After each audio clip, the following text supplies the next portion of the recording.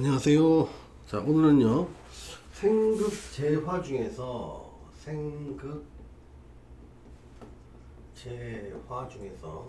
재 부분에 대해서 좀 설명을 하겠습니다. 그러니까, 오행의 생극 재화는 전부 다 서로, 그러니까 그 생각 도와주고, 극하고, 극받고, 합을 하고, 변하고, 이런 것들이 관계를 갖다가 나타나는 모양들입니다. 근데, 이런 것들이, 어떻게 보면 직접 사주의 해석에 쓰이는 경우도 있지만 주로 글자와 글자와의 관계를 나타내는 쪽으로 많이 쓰였던 것도 사실입니다. 그런데 생과 극이 일간 중심의 어떤 생간해 해주고 극을 해주는 것, 즉 일간이 포함된 겁니다. 그러니까 일간을 중심으로 일간이 극을 하느냐, 일간이 극을 받느냐에 따라서 일간이 극을 하면 재성, 일간이 극을 받으면 관성으로 바뀌고요. 일간이 생을 하면은 그 식상이 되고 일간이 생을 받으면 인성이 되는 겁니다. 즉 생극은 일간을 중심으로 일간과의 관계를 표현할 때 생극을 좀 쓰게 되는 거고요. 이 재는요, 일간 외 일간이 말고 다른 육친끼리 서로 극하는 관계를 재라고 합니다. 이 재는요, 굉장히 범위가 좀 넓습니다. 그래서 여기서 그러니까 똑같이 그러니까 서로 극하고 극을 받는 관계, 생하고 생을 받는 관계인데 어떤 재는요, 일간이 제외된, 그러니까 일간 빼고 다른 것끼리 서로 극을 하는 관계에 있는 걸 설명하기 위해서 용어로 재라는 용어를 쓰게 된 겁니다. 그러니까 재는요, 사실 여러 개의 범위가 좀 많습니다. 근데 재를 갖다가 이제 쓰게 되면서 하나의 논리를 좀 개발하게 됩니다. 그러니까 고전에서는요, 고전은 주로 이제 다뤘던 그 내용이, 그러니까 사주를 보는 기본 관법 자체가 어떻게 보면 굉장히 논리적이고 심플합니다. 그러니까 고전을 볼 때는요, 그러니까 사흉신의 개념과 사길신의 개념을 좀 이해를 해야 됩니다. 고전에서는요. 예를 통해서, 그러니까 네 개의 나쁜 신, 나쁜 어떤 특정 글자의 역할을 하는 것을 말하는 거예요. 얘는 네 개의 좋은 역할을 하는 것을 말합니다. 그러니까 다시 말하면 얘는 보통 상관, 편관, 편인, 그다음에 겁재나 또는 시대에 따라서는 양인 이 네 가지를 안 좋은 걸로 정의를 했습니다. 고전에서는요. 근데 왜 이 안 좋은지 정의하는 게 굉장히 중요합니다. 그러니까 고전의 시대는 고려 시대고 조선 시대였죠.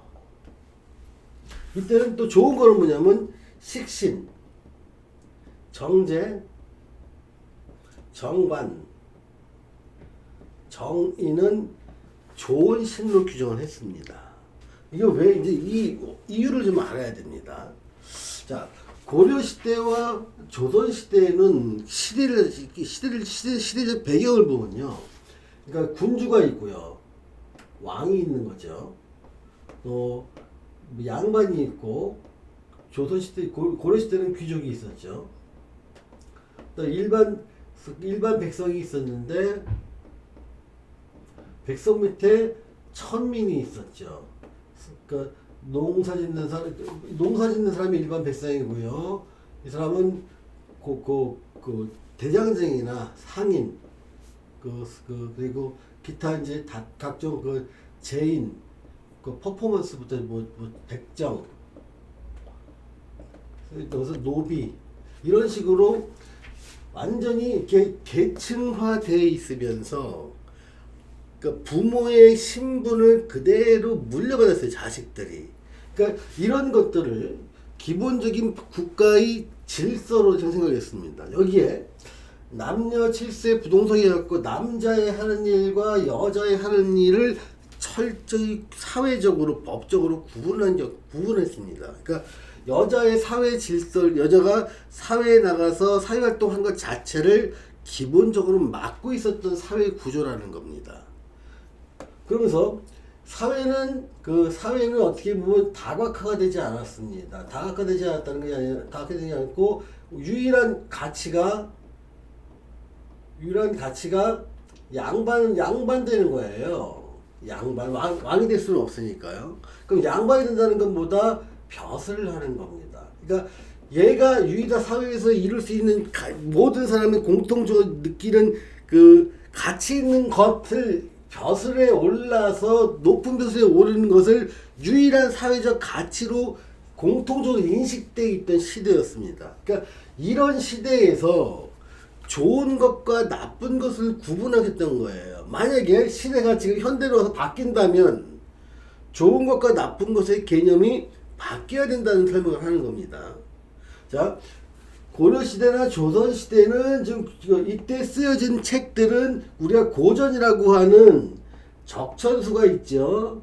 자평이 있죠. 자평진전이 있죠. 그 다음에 뭐 궁통보감도 있습니다. 이거 왜 수많은 고전들이 이때 이제 많이 쓰여졌던 얘기들이고, 이 쓰여졌다는 것은 이러한 시대적 배경을 바탕으로 해서 논리를 펼쳤다는 얘기입니다. 그런데 아무튼 그 사흉신의 개념을 한번 살펴볼게요. 그러니까 얘는 나쁜 거다. 자, 상관은 뭐냐면요. 이게 상관은 상을 상자를 쓰지요. 관청. 그러니까 이 관이라는 게 뭐냐면 전통입니다. 또 어떤 이런 특정 체제에 순응하는 거예요. 그러니까 옳고 그름 따지는 개념이 아니라 그냥 과거부터 아버지부터 해왔던 일, 그걸 전통이라면 그거는요, 그것이 옳거나 그러거나 관계없이 그걸 따르고 순응한다는 게 관입니다. 그래서 보통은 그 윗사람 말을 잘 듣는 거예요. 윗사람에 순종하는 거죠. 그러니까 그 윗사람이 뭐라고 하면은 일단 얘기를 듣고 나서 다 해본 다음에 해보는 거예요. 해보는 거예요. 그리고 윗사람이나 어떤 그러니까 윗사람을 비난하는 것들은 금지되어 있어요. 그러니까 앞에 나와서 어떤 성현들의 모습이나 부모님들의 어떤 행적들이나 말을 비난이나 비판하는 것은 굉장히 그러니까 그 큰 죄로 다스렸던 거예요. 역적행위로 다스렸던 거예요.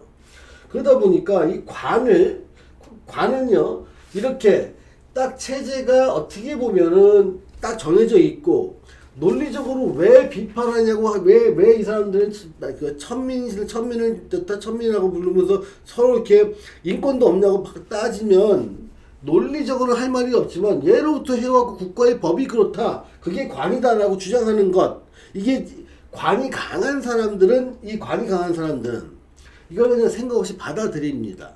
근데 관을 상하게 하는 상관이라는 거는요, 야 그건 네 생각이고, 누가 마음대로 전통이라는 걸 만들어서 그냥 잘못된 게 악습이지. 이거 야 악습도 전통이냐? 악습은 바꿔야 돼. 얘는 개혁을 주장하는 윤자입니다. 윗사람이 무조건 말이 맞다는 그런 말이 어딨니? 세상에 완벽한 세상은 없듯이 윗사람은 틀린 거 있고 틀린 게 있으면 고치면 되는 거, 그걸 누군가 지적을 해주는데 꼭 윗사람은 지적 못하고 아랫사람 지적 못한다는 보장이 없잖아. 아랫사람이라도 윗사람이 잘못한 걸 지적하고 비판할 수 있고 새로운 대안을 제시할 수 있지. 얘가 지금 대안 제시입니다. 요 상관이요. 그러다 보니까 악습은 바꾸려고 그러고요. 바꾸자. 그러니까 개혁입니다. 또 없던 것은 만들자. 혁신이 들어가고요. 그러니까 기존에 어떤 불편한 게 있으면 좀 개선을 하자. 개선 의식이고요. 발명이기도 하고요. 새로운 것을 만들자. 그게 시스템이든 기계든 기계장치든 과학이든 간에 새롭게 만들자. 이게 상관입니다. 그러니까 현대인이 인터넷에 어떤 프로그램을 만들고 또 카메라를 만들고 그것을 연결시키고 방송 시스템을 만드는 것들은 전부 다 얘들의 상관의 기능입니다. 근데 과거에는 이런 것들이, 현대는 상관이 굉장히 좋은 거지만 과거에는 임금님한테 상관이 강한 사람들은요, 자꾸 임금님을 태클을 겁니다. 전하 아니되 옵니다. 전하 아니되 옵니다. 주로 상관이 강한 사람들은 똑똑하기 때문에 사관원 같은 데를 많이 갔어요. 그러니까 임금한테 간언을 할 수 있는 어떤 그 간언할 수 있는 시스템이 있었죠. 근데 임금에 따라서 신하들의 간언을 받아들이려는 임금들이 있지만 받지 않으려는 임금들이 있습니다. 그래서 받지 않으려는 임금을 만났을 때 임금한테 바른 말 했던 사람들은 제명에 못 살았습니다. 대표적인 게 연산군이죠. 그러니까 연산군한테 전화 아니도 없나 했다가 그냥 삼족을 면한 사람 한둘이 아닐 겁니다. 그러면 이 상관이 강한 사람들은요, 그 당시 결과를 놓고 보니까, 야, 저 임금 잘못 만나면 아마도 삼족이 면해서 오래 못 살을 거야. 몹시 흉한 걸로 봤습니다. 그러니까 새롭게 뭘 만들 수 있는 과학적 시스템이나 사회 기반이 되어 있는 건 아니고, 딱 이러한 체제 속에 살아갈 때는요, 불평, 불만이나 대안 제시할 수 있는 이 능력이 오히려 단점으로 작용하더라는 겁니다. 근데 이 능력은 현대에서 어떻게 될까요? 엄청나게 장점으로 작용합니다. 그러니까 기존에 있던 것을 저게 이렇게 불편할까? 좀 바꾸면 좋지 않을까? 새롭게 바꾸면 되지. 이런 것들이 모든 아이디어가 전부 다 기술 개발로 이어지고요. 특허와 이어지고 상표로 이어지고 새로운 문명을 개발하는 쪽으로 이어지는 것이 전부 다 상관의 역할입니다. 그러니까 마이크로소프트의 어떤 마이크로소프트에서 새로운 운영 체제를 만든 것도 상관의 역할인 거고요. 전기 자동차라는 개념을 도입된 것도 어떻게 보면 상관의 역할인 거고요. 우주 스페이스 왕복 셔틀, 왕복을 할 수 있는 우주선을 갖다 만드는 것도 상관의 역할인 겁니다. 기존에 없던 것을 새롭게 만들어서 효율을 오자고 하는 것, 모든 것이 상관인 겁니다. 그러려면 어떻게 됩니까? 기존 것을 부정해야 됩니다. 불편하다고 느껴야 됩니다. 그걸 개선하려고 노력해야 됩니다. 기존 건 안 쓰고 새로운 시스템을 도입하려는 의지, 이게 상관인데, 조선시대나 고전시대는 이러한 상관의 기능이 사회적으로 잘못하면 역적으로 몰렸습니다. 그래서 얘를 흉신으로 놓은 겁니다. 자, 편관은 뭐냐면요, 보통 우리가 이제 현대에서 정관을 쓸 때와 편관을 갖다가 쓸 때, 얘는 일반 행정, 그러니까 행정인데 내무에서, 그러니까 실내에서 근무하면서 책상에 앉아갖고 행정을 보는 걸 정관이 강한 사람이 잘 보고요. 편관이 강한 사람은 현장에서 실제 활동하고 현장 중심으로 일을 할 때 편관이 강한 사람이 잘 봅니다. 이 사람은 앉아있는 걸 갖다 선호하고요. 이 사람은요, 움직이고 돌아다니는 걸 선호합니다. 그러니까 움직이고요. 그래서 편관이 과거 조선시대나 고려시대는 움직이면서 할 수 있는 관리가 별로 없다 보니까 얘를 움직이면서 하는 관리 중에 대표적인 게 무관이 있었습니다. 그러니까 군인들이요. 그러니까 정관은 문관, 행정직으로 놨었고요. 무관은 편관으로 보는 경우도 이렇게 현장에서 근무하는 어떤 특징이 강한 특징이 무관에서 나타날 때문에 편관을 무관으로 봤던 겁니다. 그러면 조선시대나 고려시대에서는 편관을 갖다가 현장직이라고 봤을 때 때로는 무관이 되거나 또 현장직의 어떤 일 중에서는 외교도 있습니다. 그런데 이때는요, 치안도 불안하고 어떤 의도도 불안하고 통신도 불안했습니다. 그러다 보니까 어떤 특정한 비상사태가 일어나거나 외적이 침입하거나 병균이 돌았을 때는요, 목숨을 잃을 확률이 컸지요. 그러니까 내무행정을 보던 사람보다는 현장에서 일했던 군인이나 외교 쪽에서 일했던 사람들이 훨씬 더 병에 걸려서 죽을 확률이 컸기 때문에 죽음은 제일 나쁜 거 아닙니까? 그래서 편관을 흉신으로 놓은 겁니다. 그래서 현대에도 이렇게 편관이 강한 사람은 사고 수를 갖다 많다고 설명하는 경우도 있습니다. 자, 편인을 보겠습니다. 편인은 뭐냐면, 그러니까 이 시대에도 어떤 특정한 노하우나 기술, 자격으로 승부 보는 게 편인입니다. 그런데 편인이 굉장히 강할 경우에 조선시대에 노하우를 가지고 자기가 일상을 먹고 살 만한 일이 거의 없었습니다. 또 기술은 천대시하기 때문에 이 기술로 자기가 뭘 먹고 산다? 더더욱 있을 수가 없는 일이었죠. 조선시대에 어떤 자격이나 라이선스를 갖고 먹고 사는 일은 있었을까요? 뭐 훈장 자격이 있다 해서 뭐 쌀 몇 마리 받고 가르칠 수는 있지만 어떤 부를 축적하는 데는 이거하고는 거의 관계가 없는 일이었다는 거죠. 근데 현대에는요, 자격만 하더라도요, 변호사, 의사, 회계사, 감정평가사, 각종 뭐 파일로트, 그 관세사, 노무사, 이런 것들 모든 사람들 다 자격이에요. 이 사람들 다 자격 가진 사람 되게 잘 살아갑니다. 현대에서는요. 또 기술 가진 사람도 수많은 기술을 가진 그 기술 중에서 IT 기술부터 시작해서 어떤 프로그래밍 기술을 가진 사람들 아니면 실제적인 뭐 가공 기술 가진 사람들도 현대에선 대접하고 삽니다.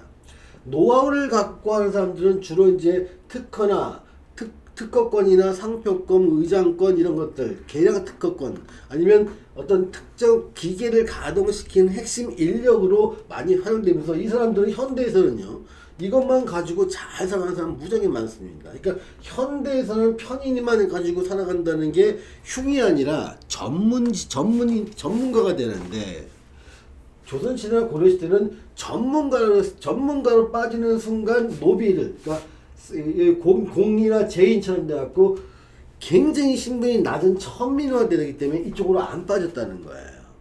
그러니까 편의를 갖고 사회에서 내가 먹고 살 수 있는 방법 자체가 없었단 말입니다.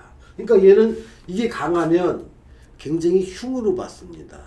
그래서 또한 겁제를 갖다가 이제 그 겁제 같은 경우는, 그러니까 그 주변 겁제 자체가 뭐냐면요, 그러니까 강한 추진력이에요. 또 어떤 의욕이 강한 거예요. 그러니까 욕심도 강한 거예요. 욕심도 많고 뭔가를 이루기 위한 강한 의욕을 갖고 있는 게, 조선시대나 고려시대는 화합을 중시했고 농경사회였기 때문에 서로 믿고 따르고 서로 양보하는 게 화학이 최고의 덕목이었는데, 이 화를 깨치는 게 겁제였습니다. 그러니까 야, 왜 화합을 해야 돼? 나는 혼자서 더 많은 걸 해갖고 더 많은 게 이룰 거야. 내가 저 사람을 갖다가 반드시 이길 거야. 얘는 뭐냐면 경쟁의 논리거든요. 그러니까 경쟁의 논리가 강한 게 겁제고 양인이었단 말입니다. 그러다 보니까 상관, 평관, 편인, 겁제 얘를 갖다가 전부 다 나쁜 걸로 보고 개수를 보니까 4개 들어가는 거예요. 그래서 사흉신 이렇게 잡았습니다. 그래서 근데 논리는 어떻게 봤냐면, 그러니까 논리가요, 이 사흉신에 대한 것은 나쁜 영향을 끼치는 거니까 얘는 못 쓸 거니까 사주에서 다른 글자로 눌러줘야 얘가 좋아진다고 본 거예요. 그러니까 흉한 것은 가리고 눌러줘야 된다고, 가르고 시켜줘야 사주가 좋다고 평가한 거예요. 그러니까 상관을 이렇게 보십시오. 만약에 여기서 병일간이다, 이게 갑일간이라고 보십시오. 이밀간이라고 놓을게요. 이밀간의 상관은 뭐가 되면 을이 되죠. 이 상관이나 이게 을과 묘가 상관이 되는데요. 이 상관을 눌러주는 것들, 이거 억제하는 걸 보면 여기 금의 기운이죠. 금의 기운 중에서 여기서 보면 신과 유가 얘를 갖다 극을 하고 있죠. 그러니까 근데 신과 유는 뭐가 되니까 이 인성에 이 이밀간에 인성이 되죠. 그래서 상관이 있는데 가령 그 을, 묘 이렇게 되어 있는데, 얘를 유라는 것들이 있고 이밀간 이렇게 되어 있으면 얘는 상관이 굉장히 강한데 유라는 유한 인성이 얘를 눌러주고 있으니까 얘가 병이 있다면 얘는 약이 되는 겁니다. 그러니까 병도 있고 약이 되니까 굉장히 좋은 것 사주라고 해서, 그러니까 고전엔 유병의 유약이면 우위기, 굉장히 좋아지는 사주로 보는 건데, 병도 있고 약도 있으니 좋은 사주다. 이라고 해서 여러 명의 유형을 상관, 패인, 격, 이거 보습니다. 그러니까 상관이 인성을 갖다가 차고 있다는 거예요. 그래서 이런 거는요, 패인은 어떤 특정한 자격이나 전문 지식을 갖춘 상태에서 새로운 시스템이나 새로운 주장을 하다 보니까 너의 주장은 막연히 기존 거를 부정하는 게 아니라 가치 있는 대안을 만드는데 인성을 차고 있으니 좀 점잖고 다른 사람을 고려한 상태에서 새로운 안을 만드니까 너는 쓸만한 아이디어를 내는 사람, 얘가 없는 상태에서 상관만 가지고 하는 거는 사회의 부적응자 이렇게 봤던 겁니다. 그래서 이 상관은 눌러줘야 좋다. 상관을 눌러주는 건 상관패인이라고 규정한 겁니다.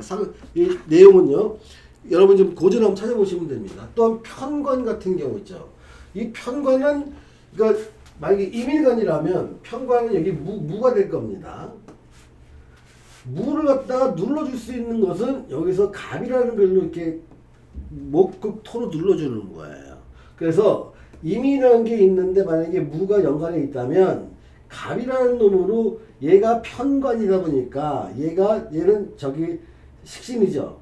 식신이 얘를 갖다 눌러준다 보니까 그러니까 이렇게 눌러주는 관계를 식신이 여기서 눌러준다는 걸 재라고 하죠. 재. 그리고 요 편관을 살이라고 합니다. 칠살이라고 해요. 그러니까 식신, 재살, 격 이렇게 이렇게 나오다면요. 그러니까 예를 들면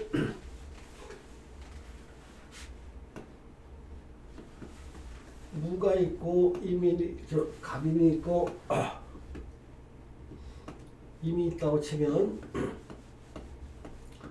자 그럼 여기서 무, 병, 갑이 이렇게 지장 안에 있죠. 그러면 요 갑이 위로 올라가 있고 무도 이렇게 올라가 있죠. 그럼 요거 두 개가 격을 이루게 되는데요. 격을 이루는데 격 중에서 요거는 식신이 되고 요거는 편관이 됩니다. 그래서 식신이 편관을 눌러주고 있다. 그래서 식신이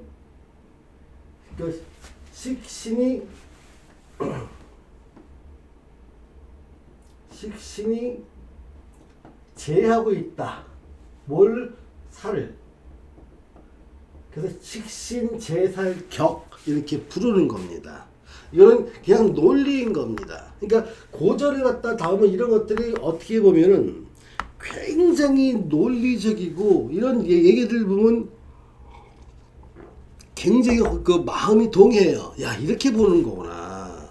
근데 이렇게 봐서 이제 공부를 논리적으로 쭉 해서 4, 5년을 하다 보면 나는 다 안다고 생각하는데 다른 사람의 사주를 보면 맞는 게 하나도 없는 거예요. 왜냐하면 조금 이따 그 설명을 하겠습니다. 아무튼 그 다음에 편인이 안 좋아지니까 편인이 최고의 어떤 그 나쁜 건요. 식신이 좋은 건데 편인이 식신을 억제하거든요.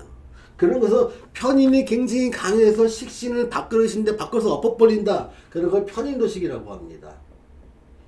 얘는 전형적인 거렁뱅이 사주라고 책에 나와 있는 거예요. 근데 현대에서는요, 거렁뱅이 사주가 아니라 전문가 사주가 되는 거예요. 굉장히 유능한 의사부터 시작해서 변호사나 모든 자격증 굉장히 품질 좋은 자격증 가진 사람들은 전부 다 편인도식 유형인 경우가 많습니다. 왜? 자격증 타는 거고요. 아니면 이 편인도식이 거의 건물주 역할하는 경우도 건물주도 많아요. 지금 건물주나 의사나 변호사가 거렁뱅이 사주라고 얘기하는 사람 없을 거 아닙니까? 그래서 고전을 읽을 때 당시에는 불가능했던 것이 그 당시에 편이라는 걸 써서 먹고 살 일이 없기 때문에 거지 사주라고 했거든요.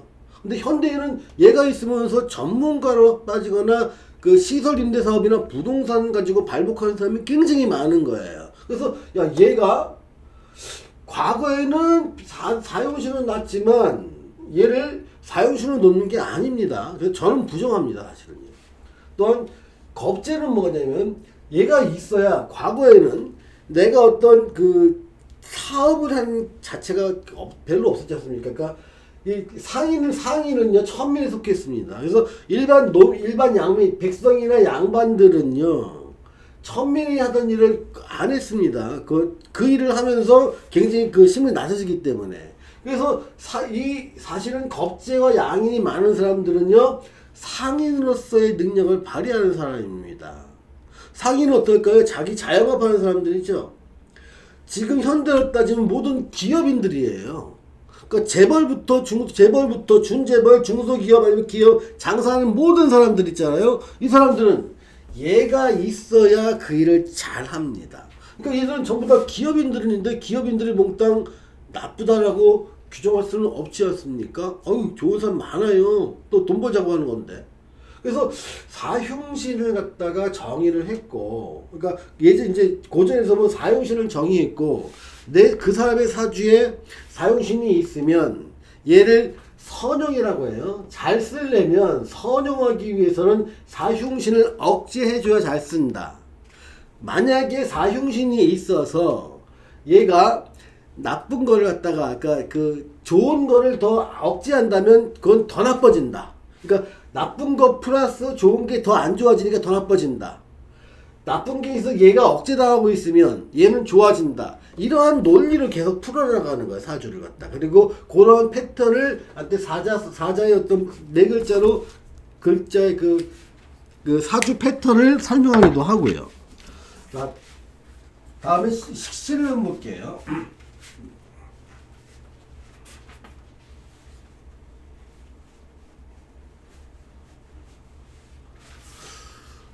식신을 보면 옛날에 이제 식신을 갖다면 조선 시대에서나 고려 시대에서는요 농경 사회가 많았습니다. 또는 이런 체제이기 때문에 이때는 이 사회 전체에서 제일 중요시하는 것 얘가 화합이었습니다. 화합. 그러니까 서로 의견 충돌하지 말고 너도 좀 참고 너도 좀 참고 그 대립보다는 화합을 중요시했고요. 그러다 보니까 농경사회다 보니까 요거 이걸 협동이라고 하죠. 협력을 매우 중요시했던 거예요. 그러니까 옳고 그른 게 문제가 아니라 화합하고 협력하는 게 중요한 사회적 가치로 매여졌다는 거예요. 그러다 보면 식신이 있는 사람들은요.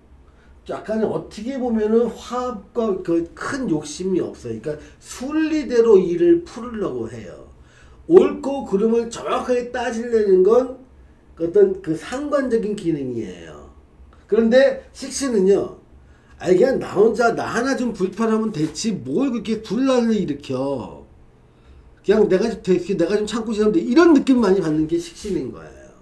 상관을 못 참습니다. 옳고 그른 거 이거 따져야 되는 거예요. 근데 식신은 그냥 참을 만한 거예요. 나 하나 입 다물고 있어, 나 하나 참고 있으면 아무 일 아니라는 생각이 강한 거. 이게 식신이 강한 사람들입니다. 그러니까 식신이 강한 사람들은요, 어느 조직에 놓았든 간에 큰 분란을 일으키는 경우가 없습니다.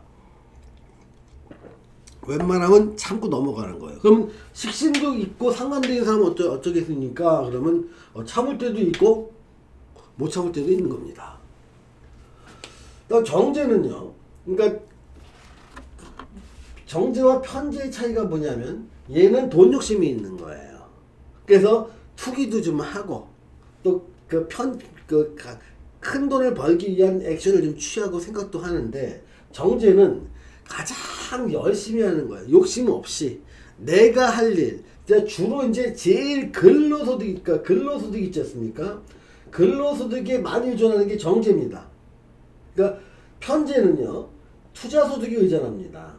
그러니까 근로소득도 하지만 얘에서 제 자본을 조금만 더 모으면 얘를 투자소득으로 돌리려고 하는 게 편제고 여기서 하다가 말아먹기도 하고 크게 돈 벌기도 하고 하는 게 편제입니다. 근데 정제는요 처음부터 끝까지 몇십 년 동안 계속 근로소득에만 의존하는 거예요. 그래서 매월 돈 받는 것이 굉장히 중요하다고 하고 그걸 정말 가치 있다고 보는 거예요. 그러다 보니까 식신이 있는 사람, 정제가 있는 사람들은요, 이 군주나 양반들이 컨트롤하기가 되게 좋아요. 시키면 시키는 대로 해요. 말 잘 듣는 백성들인 거예요. 문제를 일으키지 않아요. 그러면 군주 입장에서 보면 고분고분하게 내 말을 잘 듣는 요런 사람들을 갖다가 권장해야 되겠죠. 그래야 이 조선시대를 이끌어나갈 수 있었으니까요. 때로는 내가 다 뺏고 수탈하고 다 빼도 이 사람들은요 또 열심히 하고 또 산도 개간하고 또 해요. 또 열심히. 그러니까 되게 고분고분하고 언제든지 내가 군림할 수 있는 아주 편한 사람인 거예요. 근데 현대인은요 식심도 있고 정제만 있으면 뭐가 되냐면 말 잘 듣는 알바생 되는 거예요. 또는 계약직 1년마다 계약하고 6개월마다 계약하고 그러니까 고분고분 순종하면서 그냥 나를 고용한 사람이 제시하는 악조건을 군말 없이 묵묵히 지내는 사람. 어떻게 보면 우직한 일군이지만 개인적인 부분에서 보면 능력이 없는 사람처럼 보이는 경우도 많습니다. 그래서 과거에는 좋다고 했던 것들이 현대에는 좀 안 좋다고 저는 봅니다. 그러니까 식신도요 상관보다 훨씬 덜 좋은 거예요. 상관이 있으면 새로운 거 갖다가 높은 부가가치를 만들거든요. 얘는 부가가치가 별로 없어요. 또 얘는 필요하면 한 달 동안, 2달 동안은 거의 날밤 새가면서 일할 수 있는 집중력이 강해요. 근데 얘는요, 좀 약간 게을러요, 식신은요. 그러니까 정제는요, 그러니까 그냥 그달 먹고 살면 되는 거지, 뭐 욕심이 커. 그러니까 꿈이 없는 게 정제예요. 그러니까 현대에서는 그게 좋아 보이지는 않습니다. 제가 볼 때는요. 그러니까 정관은 뭐냐면 윗사람 말 잘 듣는 거예요. 그러니까 정관이 좋은 애들은요, 어릴 때부터 정말 발달되는, 어릴 때 부모님 속도 안 새겨요. 학교 가면 선생님 말 잘 들어요.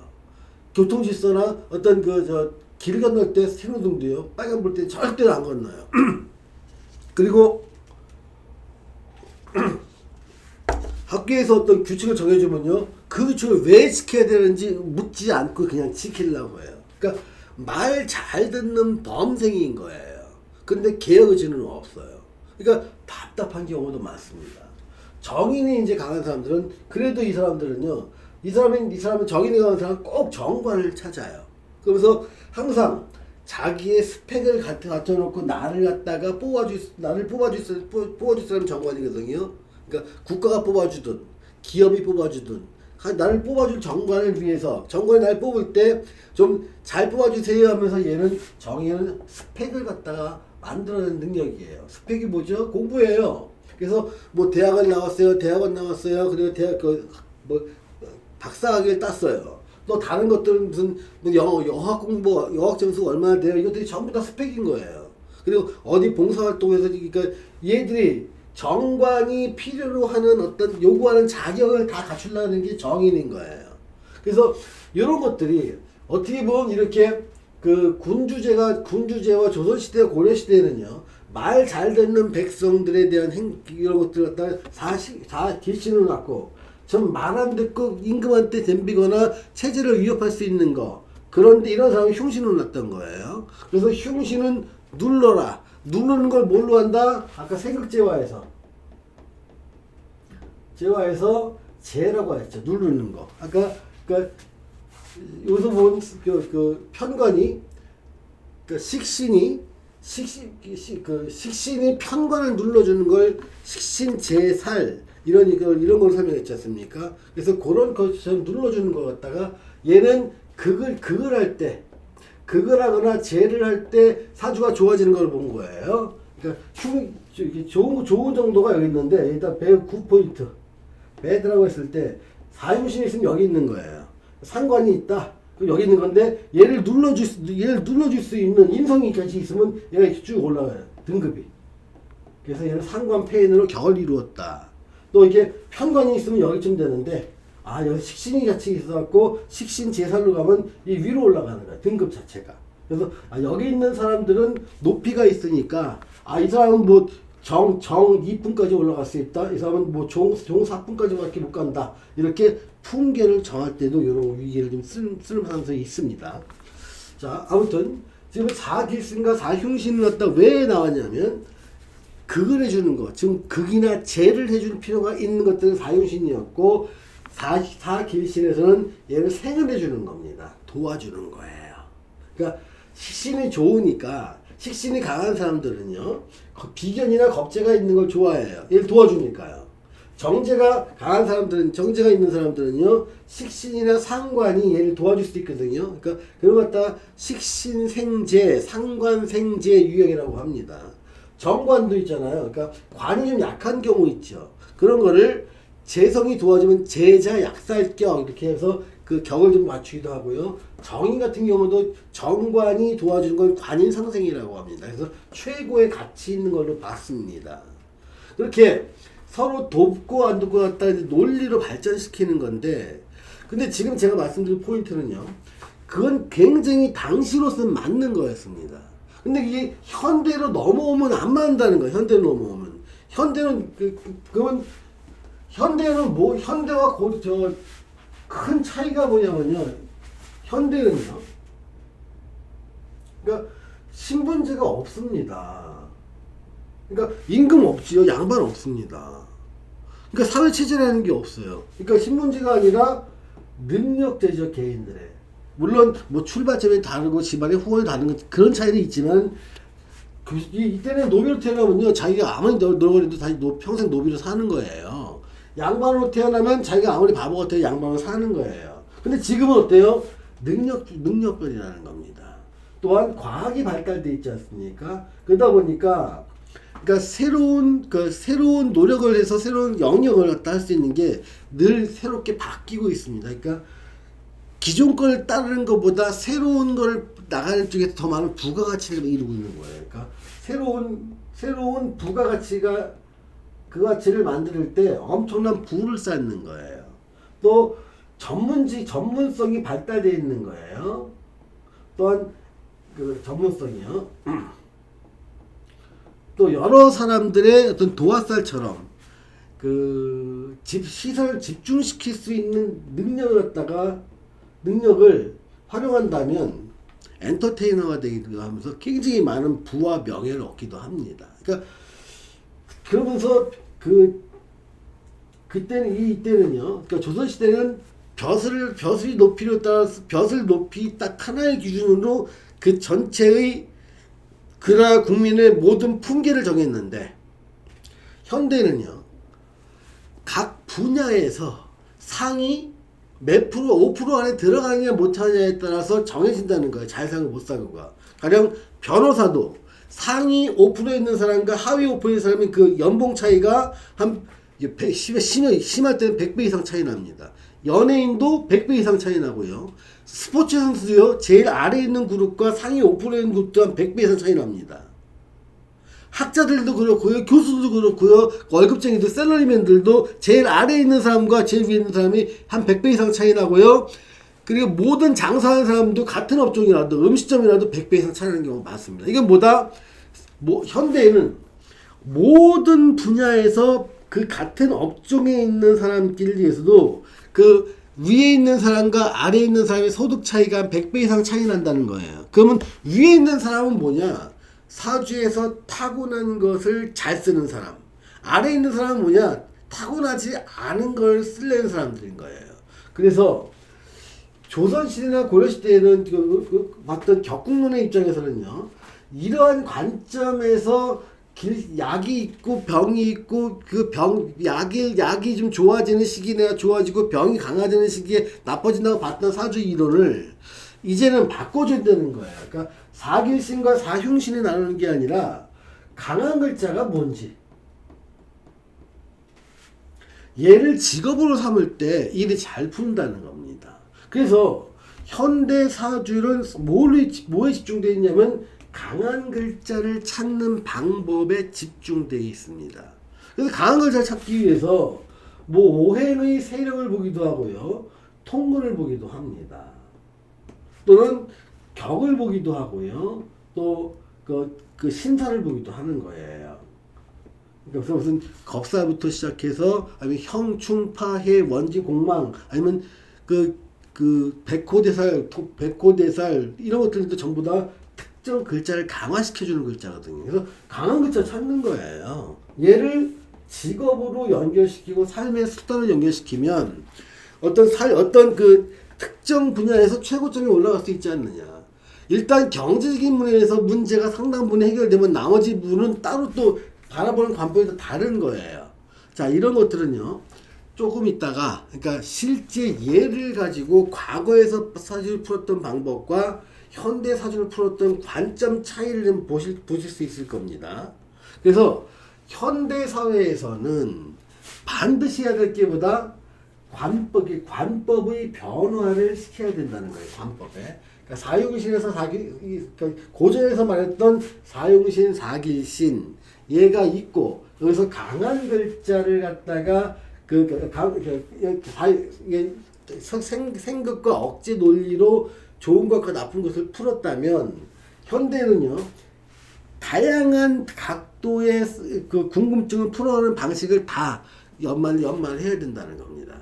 그러다 보니까 제일 힘든 게, 그러니까 고전을 정말 열심히 많이 봤을 때, 고전을 정말 열심히 봤는데 다른 사람의 사주를, 일반 사람의 사주를 보면 안 풀리는 경우가 많습니다.